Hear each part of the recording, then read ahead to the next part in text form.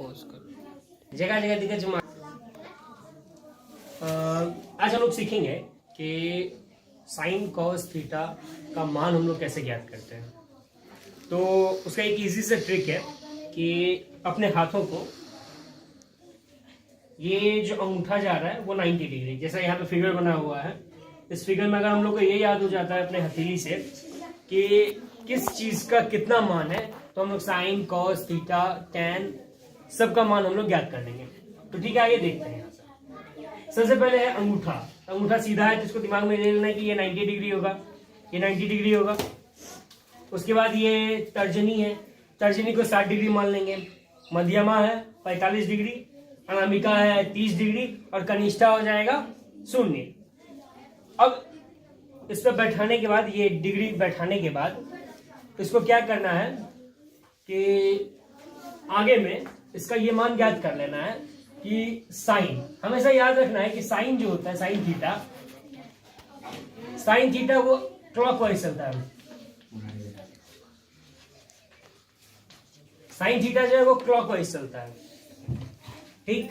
और cos theta जो होता है वो एंटी क्लॉकवाइज चलता है।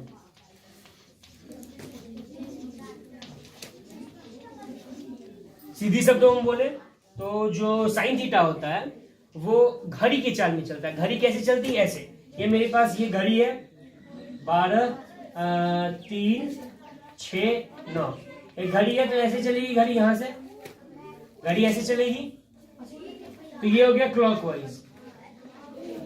यहां से 12 to 6 अगर आ रहा है, यहां से अगर यहां आ रहा है तो ये क्लॉकवाइज चल रहा होगा, ठीक है। ये ऐसे आ रहा है तो ये क्लॉकवाइज हो गया, ये हो गया क्लॉकवाइज, ये क्लॉकवाइज हो गया, ठीक है। ये जो ऐसे चल रहा है वो क्लॉकवाइज चलना हो गया। हमेशा ये ध्यान में रखना है कि साइन थीटा जो है वो क्लॉकवाइज चलेगा और कॉस थीटा जो है वो एंटी क्लॉकवाइज चलेगा। साइन थीटा क्लॉकवाइज और कॉस थीटा एंटी क्लॉकवाइज चलेगा।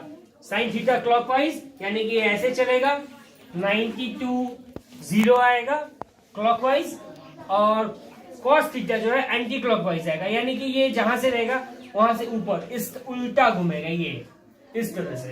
अगर ये चीज इस तरह से घूम रही है, इस तरह से, यानी कि ये ऊपर, नीचे से ऊपर की ओर जा रही है, नीचे से अगर ऊपर की ओर जा रही है तो वो क्या एंटी क्लॉकवाइज। ऊपर से नीचे आ रही है गोल में, अगर ऊपर से नीचे आ रही है तो वो हो गया क्लॉकवाइज। आ रहा है समझ में? ऊपर से आ रहा है अगर नीचे तो वो क्लॉकवाइज हो गया।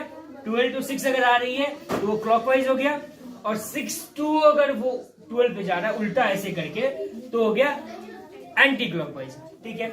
अब ये चीज समझने के बाद हम लोग ये करेंगे कि चलो ये तो देख लिए, साइन थीटा क्लॉकवाइज चला, कॉस थीटा एंटी क्लॉकवाइज चला। अब पता कैसे चलेंगे? सपोज एग्जांपल हम लोग लेते हैं, साइन 60 डिग्री का मान कितना होता है, ठीक है। तो उसको जानने के लिए पहले हम लोग क्या देखेंगे, अपने हाथ को ले लेंगे। 60 किस में है? तो 60 हम लोग देख रहे हैं कि 90, उसके बाद 60, तो ये 60, ये मेरा 60 हो गया। तो 60 ये है, तो 60 के बाद क्लॉकवाइज चलना है 60 के बाद क्लॉकवाइज चलना है, तो क्लॉकवाइज चलेगा, यानी ऐसे चलेगा, ऐसे चलेगा। ऐसे में देखना है कि कितने डिजिट, कितने उंगलियां बची हुई हैं। तो ये मेरा 60 है, इसके बाद बचा हुआ 1 2 3 उंगली बचा हुआ है मेरे पास, 3 उंगली बचा हुआ है। तो यहां पे लेके √3 दे देंगे, क्योंकि 3 बचा हुआ है इसलिए √3 आ जाएगा।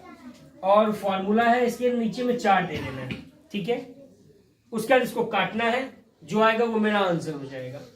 तो √3 का √3 रह जाएगा, और √4 है यानी कि 4 है, तो इसका आ जाएगा मेरे पास 2, यानी कि √3/2 जो है वो साइन 60 का मान होता है, ठीक है। ये समझ में आ गया? √3/2 हो गया साइन 60 का मान, ठीक है। क्लॉकवाइज चला। एक बार फिर हम लोग देख लेते हैं कि 60 ये था, उसके बाद 3 उंगली बचा हुआ था, क्लॉकवाइज जाना है। जितने बचेंगी उंगलियां उतने उंगलियां को √100 में देके लिख देनी है, उसके नीचे में 4 देना है और काट देना है। जितने उंगलियां आएंगी क्लॉकवाइज में उतने लिख के, और उसके बाद उसके नीचे में 4 दे के काट देना है। काटने के बाद जो मेरा आंसर आएगा वो मेरा आंसर हो जाएगा, ठीक है। यहाँ पे 60 में था कि √100 3 देना था क्योंकि 3 उंगलियां बची हुई थी इसलिए रूट अंडर 3 दिया। नीचे में 4 बैठाया, 4 को काटा, 2 आया इसलिए रूट अंडर 3/2 आ गया। अब आते हैं cos 60 पे।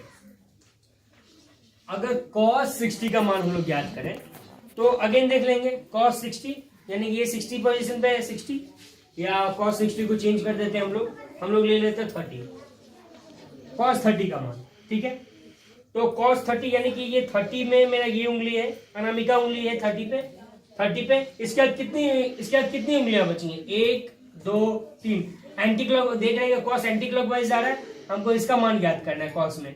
तो कितनी उंगलियां बची? 1 2 3 उंगलियां बची है। तो अगेन हम लोग वही चीज करेंगे, 3 उंगलियां बच रही है तो रूट अंडर 3/4 फॉर्मूला में ही है, काट देना है। 3 का 3 आ गया, 2 का जो होता है स्क्वायर रूट का तोड़ेंगे, अगर 4 का स्क्वायर रूट है तो 2 आ जाएगा, तो इसका वही हो जाएगा रूट अंडर 3/2। ठीक है, कोई दिक्कत? चलिए, अब एक साइन कॉस क्लियर हो गया। अब आते हैं tan पे। तो हमेशा ये याद रखना है कि tan theta is equal to होता है sine theta by cos theta. Sine theta का मान हम लोग इस तरह से निकाल लेंगे तो हम लोग को निकल जाएगा क्लॉकवाइज में आके। कॉस थीटा का मान हम लोग को एंटी क्लॉक में जाके पता चल जाएगा। और tan थीटा का मान निकालने के लिए sine theta by cos theta करेंगे तब उसका मान निकल जाएगा। ठीक है, तो let's take an example. tan 45 degree is equal to how much? ठीक है, tan 45 डिग्री का मान क्या होता है? तो हमको सबसे पहले साइन 45 का मान पता करना पड़ेगा। तो साइन 45, तो ये 45 पे आ गए। साइन यानी कि क्लॉकवाइज चलता है तो 1 2, तो 2/4 कट गया, 2 1 2 2 2 4, यानी कि साइन 45 का मान हुआ 1/2।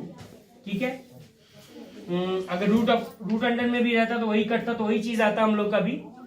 ठीक है, तो साइन का मान हम लोग देखिए 1/2 है। कॉस, अब cos 45 का देखेंगे एंटी क्लॉकवाइज जाके, तो इधर चले तो 1 2। ठीक है, तो 2/4, तो कट गया 1/2 आ रहा है। ठीक है, तो यानी कि दोनों का देखें कि साइन, अब हम लोग इसको बैठाएंगे, देख रहे साइन का भी मान आ रहा है 1/2 और कॉस का भी मान आ रहा है।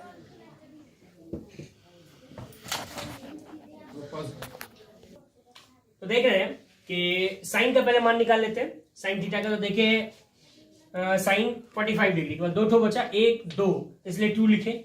ठीक, और /4 ये फॉर्मूला में है, काटेंगे तो 1/2, तो मेरे पास रहेगा 1/√2, तो 1 का हो जाता है 1 और इसका आ गया √2, यानी साइन का वैल्यू हो गया 1/√2। ठीक है, दिमाग में ले लीजिए कि साइन 45 डिग्री का मान होता है 1/√2। ठीक है, उसके बाद हम लोग देखेंगे कॉस का निकालेंगे। कॉस 45 डिग्री का देखेंगे। अगेन 2 बचा cos 45, यानी देख रहे हैं मिडिल फिंगर में है, 2 बचा, 1 2 बचा तो 2। ठीक है, /4 रूट अंडर में रहेगा 1/2, सेम चीज आया काटने पे, तो 1/√2, इसका भी आया 1/2, इसका भी आया 2। अब tan के फॉर्मूला आप बैठाएंगे sine theta by cos theta, तो 1/√2 ये डिवाइड के फॉर्म में है, इसको मल्टीप्लाई के फॉर्म में तोड़ेंगे, कन्वर्ट करेंगे। 1/√2 पहले वाला सेम रह जाएगा, मल्टीप्लाई का निशान ये वाला उल्टा हो जाएगा। डिनोमिनेटर जो है यानी कि हर संख्या जो होती है जब भागा से गुना में परिवर्तित होता है तो ये उल्टा हो जाता है, अंश हर अंश में आता है, न्यूमरेटर डिनोमिनेटर हो जाता है, डिनोमिनेटर न्यूमरेटर हो जाता है। ठीक है, यहाँ से 1 मिलेंगे। ठीक है, अब देखें रूट अंडर ये कट रहा है, ये भी कट रहा है, और यहाँ पे 1 आ गया, दोनों का क्या कि एक डिजिट बचा, ये भी कटेगा 1 टाइम में, तो 1 आ गया, तो tan 45 का डिग्री का वैल्यू हो जाएगा 1। ठीक है, tan 45 डिग्री हो गया, साइन हो गया, कॉस हो गया, tan हो गया। अब आते हैं हम लोग कॉसेक पे। कॉसेक क्या होता है? कॉसेक थीटा का आता है कि जो मेरा साइन थीटा होगा उसी का रेसिप्रोकल होगा, यानी उसी का उल्टा होगा।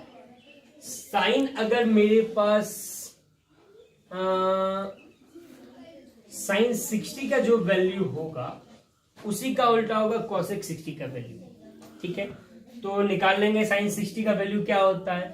तो 1 2 3, ये याद रखना है कि साइन जो होता है वो रेसिप्रोकल हो जाता है कॉसेक के लिए।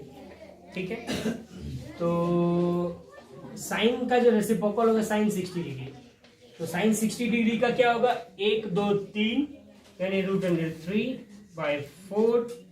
तो इसको काटेंगे तो 3√3 रह जाएगा, 4 का स्क्वायर रूट होता है 2, तो 3/2। तो साइन 60 का वैल्यू होता है 3/2, √3/2, इसीलिए कॉसेक हो जाएगा 2/√3।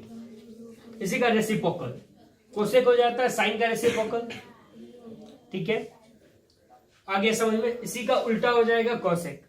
साइन समझ में आ गया, कॉस समझ में आ गया, टेन समझ में आ गया, थीटा हम लोग का खत्म हो गया। Sorry, cos sine cos tan cosec. अब आते हैं सेक पे। सेक का क्या काम होता है, सेक जो होता है वो कॉस का रेसिप्रोकल होता है। कॉस जो भी आएगा हमारा नंबर उसका रेसिप्रोकल कर देंगे तो आ जाएगा मेरा सेक का। ठीक है, और उसके बाद आता है कॉट, तो टेन का कर देंगे तो आ जाएगा कॉट का। ठीक है, तो इसे ज्यादा समझने के लिए कुछ या कुछ और